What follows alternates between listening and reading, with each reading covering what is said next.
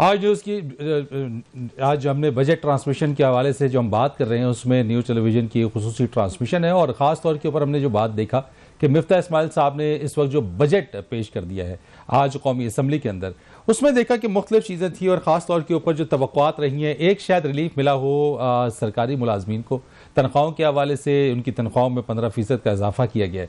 और दूसरी तरफ हमने ये भी देखा है कि जो स्लैब्स थी, जो टैक्स आमदन, जो इनकम टैक्स के हवाले से उसका स्लैब भी जो है वो बढ़ा के जो है वो 6 लाख था 12 लाख कर दिया गया, यानी कि लाख रुपए तक अगर आप जो है वो कमा रहे हैं 12 लाख रुपए तक का उसकी जो है वो आमदन पे टैक्स नहीं होगा। लेकिन इसके अलावा बहुत सारे क्रिटिकल जो फैसले हैं वो भी साथ साथ किए गए हैं हुकूमत की तरफ से, क्योंकि मजमूई तौर के ऊपर इस वक्त जो IMF का प्रोग्राम है वो हुकूमत का सबसे बड़ा टारगेट है। IMF के इस प्रोग्राम को लेकर चलना, आगे लेकर जाना और उसके नतीजे में मिलने वाली जो रकूम है, क्योंकि आपका जो फॉरेन रिजर्व है उस फॉरेन रिजर्व को इस वक्त अशद ज़रूरत है कि आपके ख़जाने में पैसे हों, आपके फॉरेन रेमिटेंसेज आएँ, आपके पास जो ज़र मुबादला है उसके रिजर्व्स आपके बढ़ें, और यही वो चीज़ें जिसके ऊपर हुकूमत काम भी कर रही है। इस सारी सूरत हाल के ऊपर हम बात करेंगे और ख़ासतौर पर जो चीज़ा जो चीज़ें रही हैं जिसके ऊपर 9,502 अरब रुपए का जो वफाकी बजट है वो ओवरले जो इसका ओवरऑल वो वॉल्यूम है वो इसके अंदर दिया गया है। 3,144 अरब जो है वो कर्जों के जो सूद है उसकी अदायगी के लिए इसमें रख दिए गए हैं। ख़ास तौर के ऊपर जो सूबों का जो हिस्सा इसमें कहा गया है वो 4,100 रुपए का है जो बताया गया है, और ख़ास तौर के ऊपर 24 अरब रुपए सेहत के शोबे के लिए भी मख्तस किए गए हैं। 7,004 अरब रुपए ये एक फिगर है जो बड़ी इंपॉर्टेंट है कि जो टैक्स आमदन है उसके लिए हुकूमत ने मख्तस किया, जो टारगेट रखा गया है। इन्हीं बातों के ऊपर हमने डिस्कस भी करना है, बात भी हम करेंगे कि जो टारगेट्स हैं ये टारगेट्स कितने रियलिस्टिक हैं। जो इन्फ्लेशन का टारगेट रखा गया है, टैक्स टू GDP का जो ग्रोथ है उसका जो टारगेट रखा गया है, उन तमाम चीज़ों के जो टारगेट्स हैं वो कितने रियलिस्टिक है और क्या हुकूमत अपने इन अहदाफ को पूरा करने में इस चैलेंजिंग सूरत हाल के अंदर वो कामयाब भी हो सकेगी या नहीं, इस पर आज हम बात करेंगे। मेरे साथ इस वक्त बात करने के लिए स्टूडियोज़ में मौजूद है, हमें ज्वाइन किया है सरदार यासिर इलियास साहब ने, जो कि साबिक सदर इस्लामाबाद चेंबर कॉमर्स इंडस्ट्री के रहे हैं। बहुत शुक्रिया आपका सर। और इस वक्त ये करंटली जो है वो citizen developers and builders association के प्रेसिडेंट भी हैं, तो हमारे साथ स्टूडियो में मौजूद रहेंगे, आपसे बात हम करेंगे। और हमें ज्वाइन करेंगे साबिक वफाक वज़ीर ख़जाना भी रहे हैं डॉक्टर सलमान शाह साहब, उनसे भी बात करेंगे इस सारे सूरत हाल के ऊपर। फवाद अहमद साहब हमारे साथ तजियाकार हैं, एंकर पर्सन हमारे साथ मौजूद हैं, कराची से हमें ज्वाइन किए हुए हमारे ट्रांसमिशन का हिस्सा बने हुए। फवाद, बहुत शुक्रिया आपका, आज दिन भर से आप हमारे साथ हैं, so thank you so much for being with us. आपसे भी इस पर गुफ्तगू करेंगे। डॉक्टर सलमान शाह साहब, आपसे मैं अगर आगाज करूं, इस बजट को कैसा देख रहे हैं आप, और क्या जो चैलेंजेस हुकूमत को दरपेश हैं उस चैलेंजेस को सामने रखते हुए इस बजट को इकॉनमी के लिए और आम लोगों के लिए, तनख्वाहदार आदमी के लिए, बिजनेस कम्युनिटी के लिए आप कैसा समझते हैं? क्या रियलिस्टिक बजट है ये?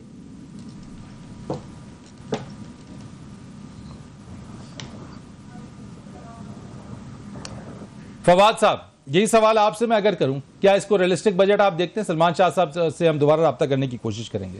बहुत शुक्रिया फरीद साहब।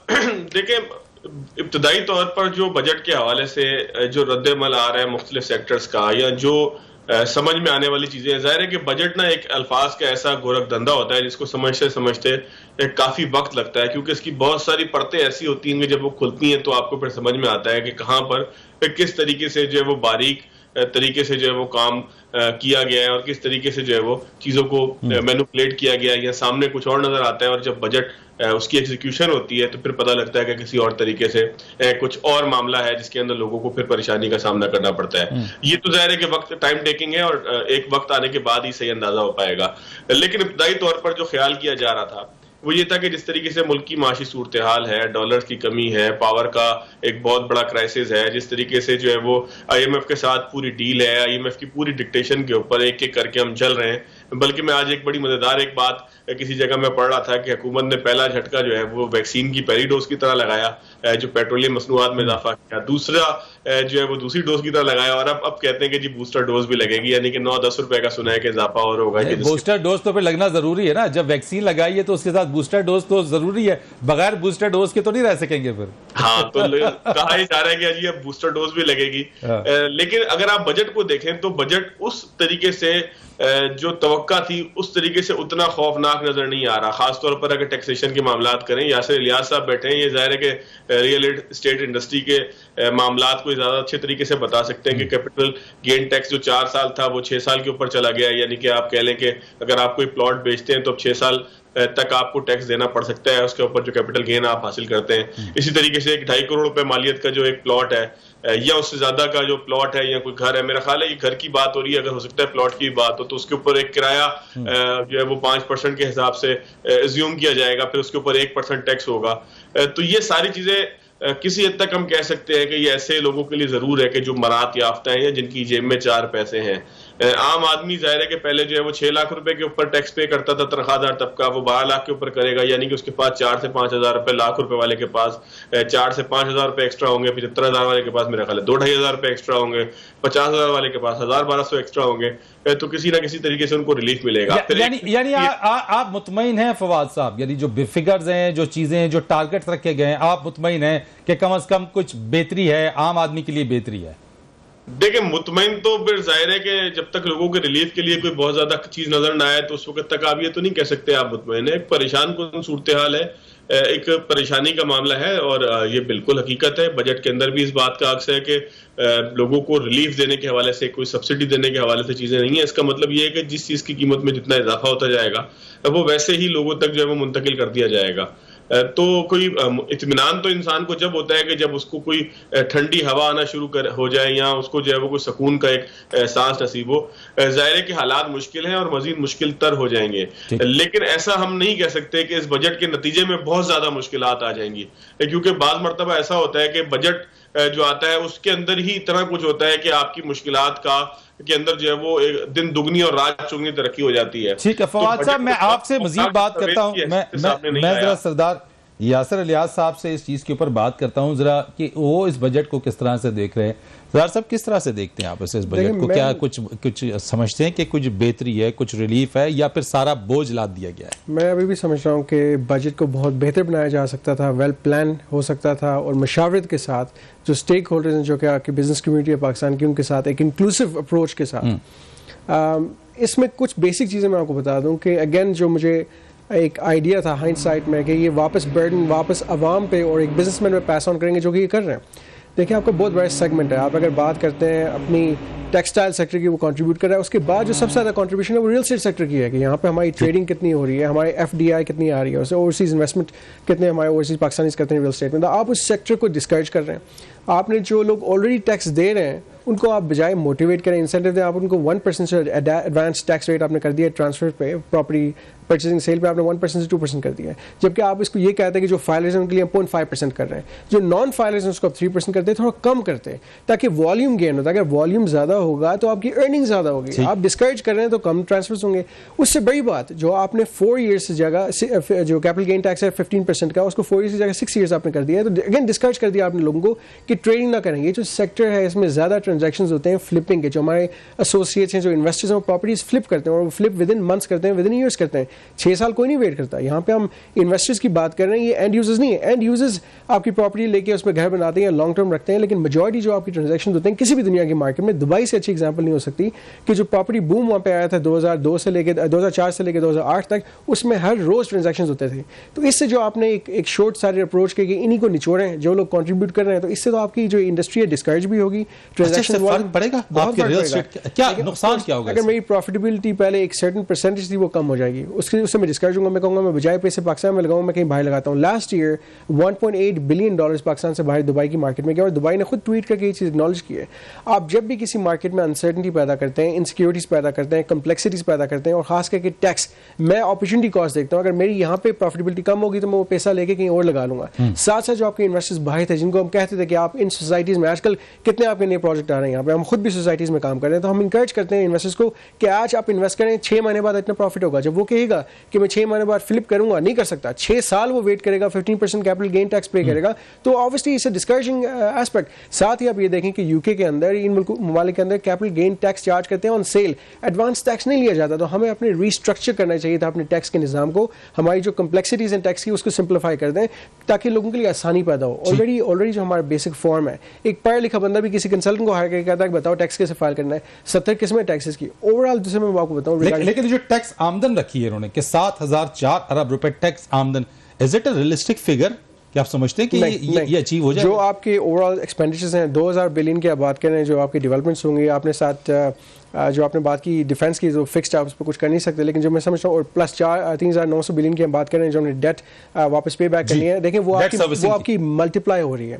डॉलर जितना आपका इंक्रीज होता है, इतनी ज़्यादा लाइबिलिटी आपकी इंक्रीज हो रही है, आप डॉलर टर्म्स में वापस पे बैक करना है। तो मैं समझ रहा हूँ कि 15-20% इम्पैक्ट आपको वैसे ही पड़ गया जो पिछले आपके ऑलमोस्ट 6 मंथ्स में इंक्रीज हुआ है डॉलर। इसमें ये चीज़ बहुत अंडरस्टैंड करना जरूरी है कि इस साल भी हमारा बजट डेफिसिट 3,000 बिलियन के करीब था।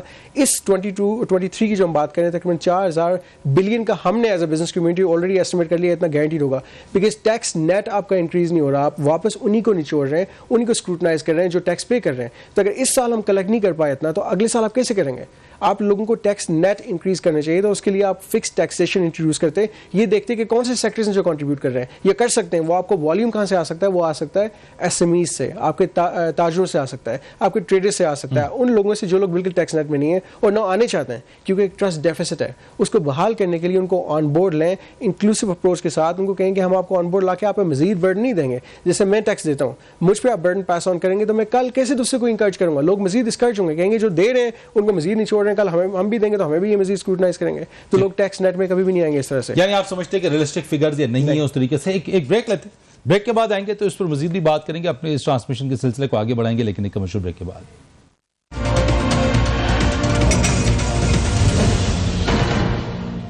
एक बार फिर आपको खुश आमदीद कहते हैं अपनी इस खुसूसी बजट ट्रांसमिशन के अंदर। फवाद साहब, आपने भी बात सुनी इस वक्त सरदार यासिर इलियास साहब जो बात कर रहे थे कि बजट की जो खदोखाल है वो मजीद और बेहतर हो सकते थे, मजीद बेहतरी उसके अंदर लाई जा सकती थी, लेकिन इस वक्त इस बजट के अंदर भी वही तरीक़ाकार इख्तियार किया गया है कि बजाय उसके जो बेस है उसको बढ़ाने के, ऑलरेडी जो टैक्स लोग हैं, ऑलरेडी जिनसे टैक्स लिया जा रहा है, उन्हीं से ही जो है वो मजीद उन पर टैक्स लगाया जाएगा और उन्हीं से ही मजीद और उन पर दबाव डाला जाएगा। फरीद साहब, हमारी पूरी सोसाइटी की बदकिस्मती ये है कि हम लॉन्ग टर्म काम कोई भी नहीं करना चाहता। हम चाहते हैं कि शॉर्ट टर्म 3-3, 4-4, 5-5, 6-6 महीने की प्लानिंग, ऐसी प्लानिंग करें कि जो हमारा वक्त गुजार दें, लेकिन इस मुल्क में इस्लाहात का अमल बदकिस्मती के साथ आज तक किसी ने भी ये कोशिश नहीं की कि इस्लाहात की जाए। इस मुल्क के अंदर जो नुकसान देने वाले इदारे हैं उनको रिव्यू किया जाए, इस मुल्क में जो फायदा देने वाले इदारे हैं उनको कोई सब्सिडी दी जाए, इस मुल्क के टैक्स पेयर का कोई फायदा किया जाए। बदकिस्मती ये है कि हम मुख्तसर मुद्दत के लिए अपने सियासी फवायद और अपने सियासी फवायद के साथ साथ अपने ही जानने वालों के माली फवायद, इन दोनों के तहफ़्फ़ुज़ को करते करते जो भी चीज लेकर आते हैं फिर वो ऐसी होती है कि जो हमारे सामने है। अच्छा, एक चीज जिसके ऊपर हम कभी बात नहीं करते, वो सबसे अहम है।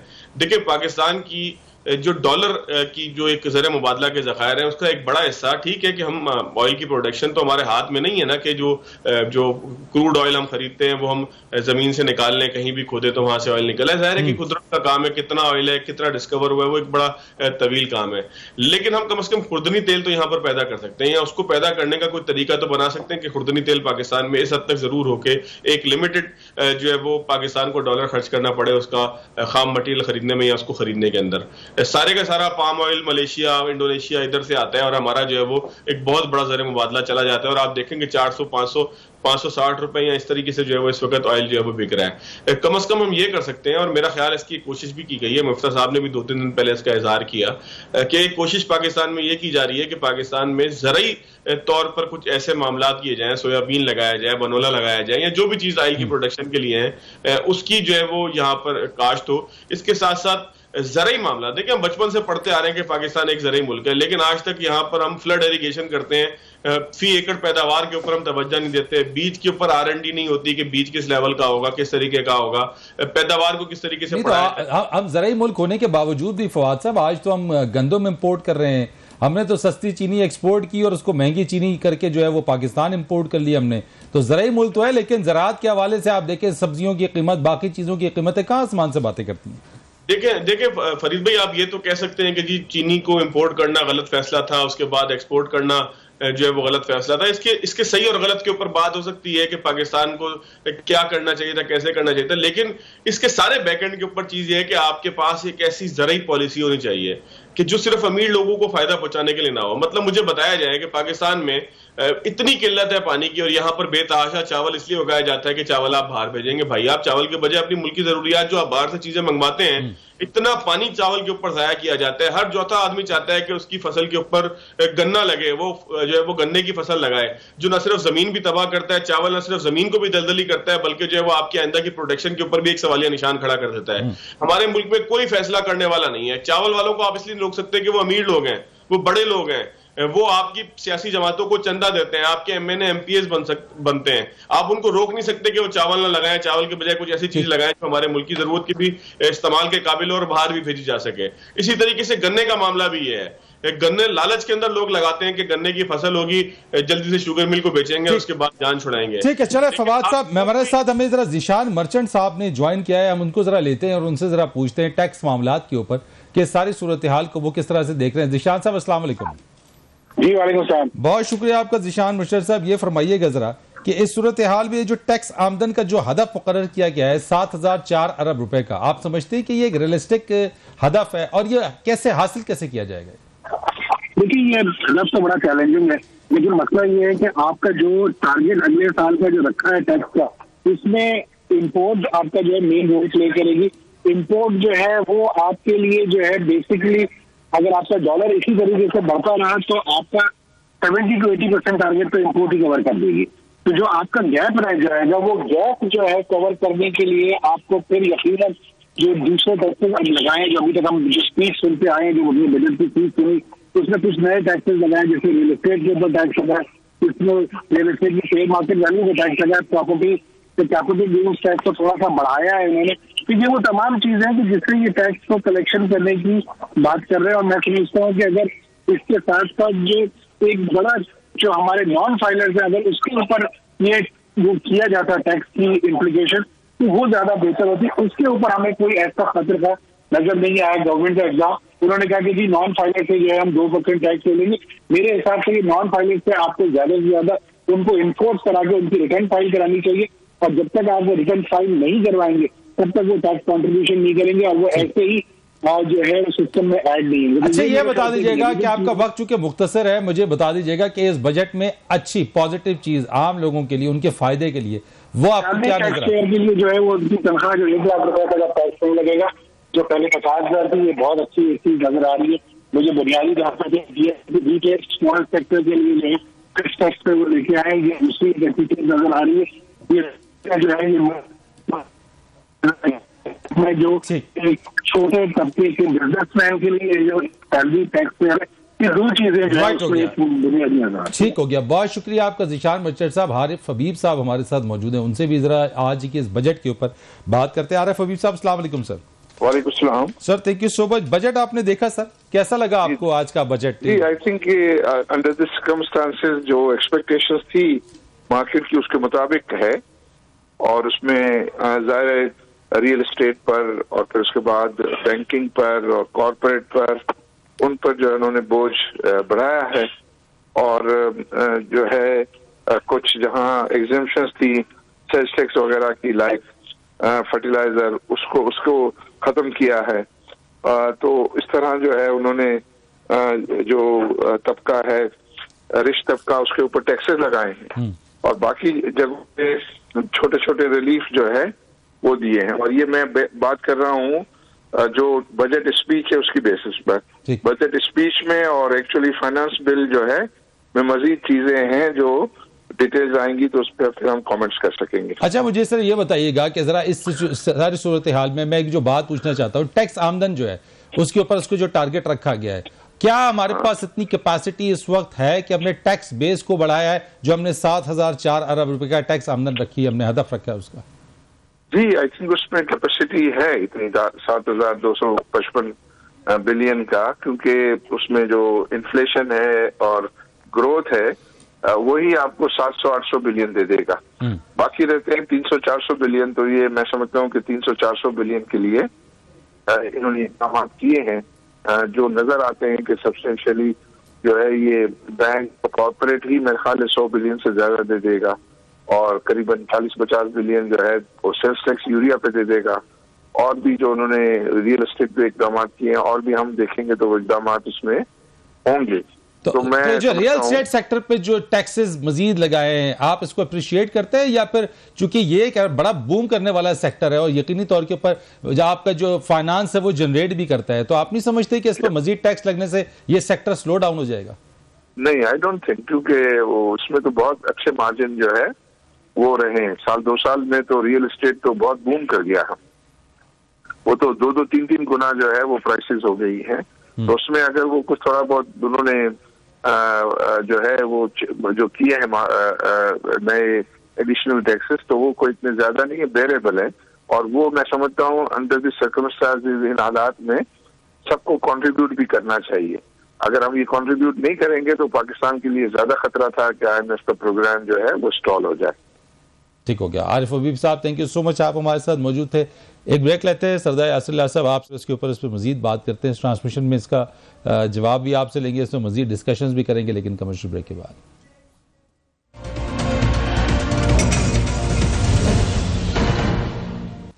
एक बार फिर आपको खुश आमदीद कहते हैं इस ट्रांसमिशन के अंदर। हमें ज्वाइन किया है शहरोज खान लोधी, हमारे साथ मौजूद है, तजज़ियाकार है, उनसे भी बात करते हैं। सरदार यासिर साहब से मैं बात करूँ, लेकिन जरा लोधी साहब को मैं ऑन बोर्ड ले लूँ। पहले लोधी साहब, जरा आप मुझे बताइएगा कि किस तरीके से आप इस बजट को देखते हैं?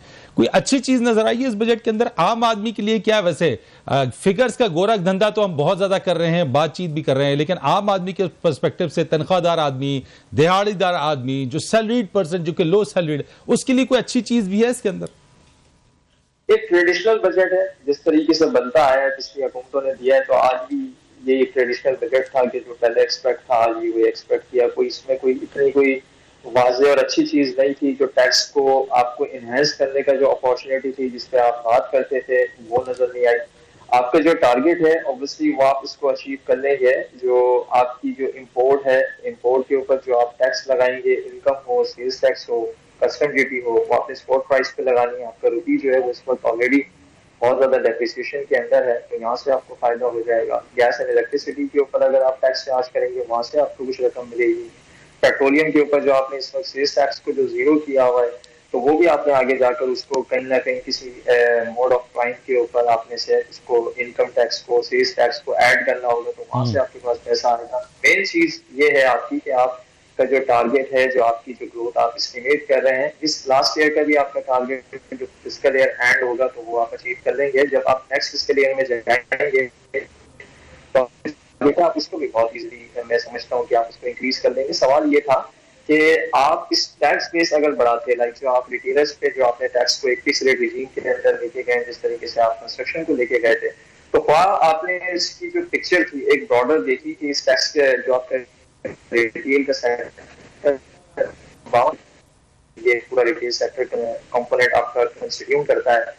इसका जो जीडीपी है वो आपका 18% कंट्रीब्यूट कर रहा था, लेकिन इसका टैक्स टू जीडीपी अगर मैं उठा के देखूं तो वो कोई माइनस 2 to 3.09% कोई आपका कंट्रीब्यूट कर रहा है।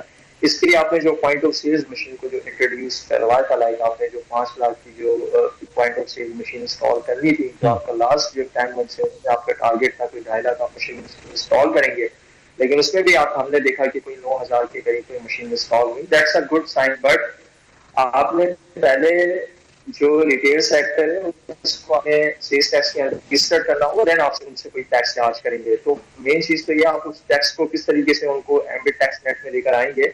आपने वेदर उसकी जो फुल ब्रॉडर पिक्चर है वो देखी है या नहीं देखी, तो मीन्स कि आपने अगर उसको किस रेट रिजीम में लेके चले गए, तो मेन चीज तो ये आप उसको रजिस्ट्रेशन में कैसे लेकर आएंगे, आप पॉइंट ऑफ सेल्स को कितना आगे लेके जाएंगे, जो आपकी कामयाबी और आपके डायरेक्ट टैक्स को बहुत ज्यादा रिलीफ देगा, आपकी टैक्स बेस को बढ़ाएगा। दूसरी तरफ अगर हम टैक्स बेस की और दूसरी बात करें तो देखिए हम आज भी वही कर रहे हैं जो हमने अभी भी बजट स्पीच में सुना, देखा। हम उन्हीं सेक्टर्स के ऊपर टैक्स लगा रहे हैं, टैक्स को बढ़ा रहे हैं कि जो टैक्स ऑलरेडी कंट्रीब्यूशन कर रहे हैं आपकी जीडीपी के अंदर। आपकी 600-700 कंपनीज पूरा 70 to 80% कंट्रीब्यूट करती हैं डायरेक्ट टैक्स के अंदर।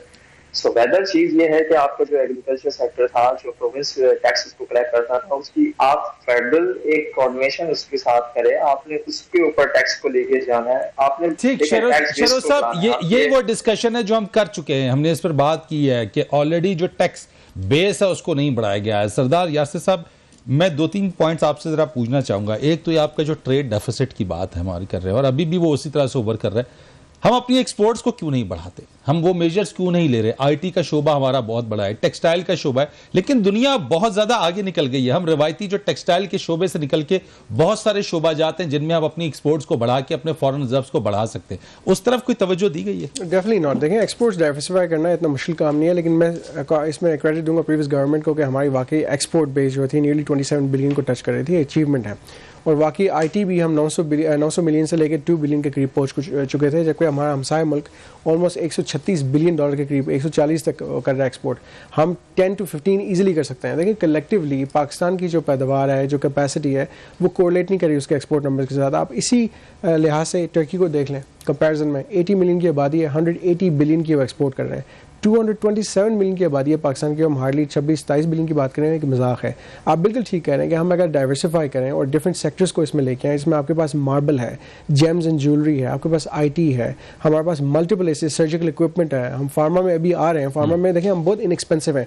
खूबसूरती ये कि ड्रैप की रेगुलेशन अक्रॉस पाकिस्तान सेम है, तो चाहे वो दवाई कराची में बन रही हो या नॉर्थ में बन रही हो, सेम स्टैंडर्ड की बन रही होगी और बहुत सस्ती है बनस्बत बाकी ममालिक के। लेकिन उन सेक्टर्स को प्रमोट नहीं किया जा रहा। टूरिज्म का सेक्टर बड़ा इंपॉर्टेंट, टूरिज्म के सेक्टर में कम से कम 50 से 60 बिलियन जनरेट किया जा सकता है सालाना। रॉ आपके पास यहाँ पे ह्यूमन रिसोर्स है, टैलेंट भी है, इनएक्सपेंसिव ह्यूमन रिसोर्स है। और इसी के साथ साथ जियोग्राफिक डाइवर्सिटी आप देख लेंगे, कराची से लेके यहाँ तक जो मौसम की आपको क्लाइमेट चेंज आपको नजर आता है कितना, और हर तरह का टूरिज्म आपके पास मौजूद है। रिलीजियस टूरिज्म से हम बेनिफिट ले सकते हैं, मेडिकल टूरिज्म से आप बेनिफिट ले सकते हैं। उसके साथ आप देखेंगे कितने आपके पास यहाँ पे एक्सपर्ट मेडिकल डॉक्टर्स मौजूद हैं। हर लिहाज से आप कंट्रीब्यूट कर सकते हैं, लेकिन उन सेक्टर्स को प्रमोट करना जरूरी है, इंसेंटिव देना जरूरी है। प्रीवियस गवर्नमेंट को हमने कहा था कि टूरिज्म में बहुत बड़ी कंट्रीब्यूशन आ सकती है अगर आप इंसेंटिव दें एक इन्वेस्टर को कि पे बैक कम हो जाए। तो हमने उनको कहा था कि 50% रिलैक्स कर दें इंपोर्ट ड्यूटीज़ को। ये इक्विपमेंट आपका एक्सपेंसिव है, इसमें चेयर लिफ्ट्स हैं, चिलर्स हैं, प्लांट मशीनरी है। उन्होंने इस चीज़ पे एग्री भी किया था और मैं एक्सपेक्ट कर रहा था कि ये हुकूमत भी जो मौजूदा बैठे हुए हमारे ये आके इसी तरह की पॉलिसी लाते जिसमें हम इन सेक्टर्स को बूस्ट कर सकें। उसके लिए वैल्यू एडिशन की जरूरत है, ट्रांसफर ऑफ टेक्नोलॉजी की जरूरत है, जो फार्मर्स हैं उनको टेक्नोलॉजी की जरूरत है, हम अपनी पैदावार इंक्रीज करें। आपने बिल्कुल बजा फरमाया कि इस साल भी 2 मिलियन टन का वीट का शॉर्टफॉल है। यूक्रेन की जो प्राइसेस हैं after the war 63% global increase हो चुकी हैं। आप सबसे ज़्यादा जो एडिबल ऑयल भी लेते हैं वो भी आपको रशिया वहाँ से आ रहा है, उसकी प्राइस भी इंक्रीज हो रही है। तो पाकिस्तान को लिहाजा मजबूरन वो चीज़ें इंपोर्ट करनी पड़ेगी जो हमारी स्किल सेट है। तो ये इन्फ्लेशन कहाँ तक देखता जाता है आपको? मौजूदा हालात में देख रहा हूँ क्योंकि ग्लोबली यूनाइटेड नेशन ने ये चीज़ कह दी है कि there is a food shortage.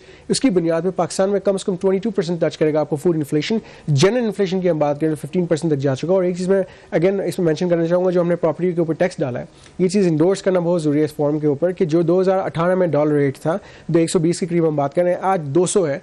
तो जो मेरी प्रॉफिटेबिलिटी है, ये जो कॉस्ट थी 2018 से, मैं उसी प्राइस पे आज प्रॉपर्टी बेच रहा हूँ जितने मैंने उसको ली थी, क्योंकि डिवैल्यूएशन हो चुकी है आपकी रुपये की। और आप बिल्कुल बजा फरमा रहे हैं। देखिए हमें रोड शोज करने की जरूरत है। मिनिस्ट्री ऑफ कॉमर्स और TDAP हम जैसे बिजनेसमैन को लेके जाएं जो प्रोडक्शन कर रहे हैं, उनको ले जाके कहें कि आप प्रमोट करें अपने बिजनेस को, हमें अपने काउंटर पार्ट के साथ मिलाएं उन मार्केट्स में। अफ्रीका की हम बात करते हैं, लुक अफ्रीका, उसमें कितने रोड शोज हमने किए हैं। हम सेंट्रल एशिया की बात करें, हमने कितने रोड शोज किए हैं। हम JVs की बात करें, FTAs आप इंक्रीज करें, आपके हार्डली 5-6 FTAs के ऊपर आप चल रहे हैं। आपकी जो SEZs बने हुए उन पर इंफ्रास्ट्रक्चर डेवलपमेंट करें ताकि हमारे पास यहाँ पे FDI इन्वेस्टमेंट लोग लाएं और हमारे साथ यहाँ पे प्रोडक्शन फैक्ट्रीज लगाएं ताकि हम यहाँ से री एक्सपोर्ट कर सकें। चाइना CPEC के थ्रू एडवांटेज लेगा, हम नहीं ले पाएंगे अनलेस हमने उनके साथ कोलैबोरेशन में नाकाम किया। और उसके लिए इंफ्रास्ट्रक्चर की जरूरत है और पॉलिसीज की जरूरत है, वन विंडो की जरूरत है यहाँ पे। राइट हो गया। लेकिन ये आपने बड़ी जो इन्फ्लेशन की बात की है कि 22% तक, फवाद साहब ये 22% तक सरदार यासिर लियाज साहब फरमा रहे हैं कि जनरल इन्फ्लेशन जो आम जो इन्फ्लेशन है, जो शरह महंगाई है वो 15% है, जो फूड इन्फ्लेशन है वो 22% तक जा सकती है। तो बहुत बड़ा महंगाई का इज़्दिहाम आ जाएगा, लोग तो बड़े महंगाई के बोझ तले दबेंगे। देखिए जी, कोई ऐसी चीज तो बजट के अंदर है नहीं कि जिसकी बुनियाद पे आप कहें कि लोगों को कोई फायदा पहुंचेगा। जाहिर है लोगों को इस महंगाई का सामना करना पड़ेगा, अभी भी कर रहे हैं। अभी इस वक्त भी जो महंगाई है वो लोगों के लिए नाकाबिले बर्दाश्त है, लेकिन जैसे जैसे फ्यूल की कीमतें बढ़ेंगी इसका इम्पैक्ट जो है वो ट्रिकल डाउन होगा। तो आप देखेंगे कि महंगाई का एक तूफान आएगा। अब जाहिर है कि हुकूमत ने कोशिश की है कि ज़राई शोबे के ऊपर जो बीज है, बीज के ऊपर जो टैक्स है वो खत्म कर दिया जाए, या जो मशीनरी है उसके ऊपर टैक्स कम से कम कर दिया जाए।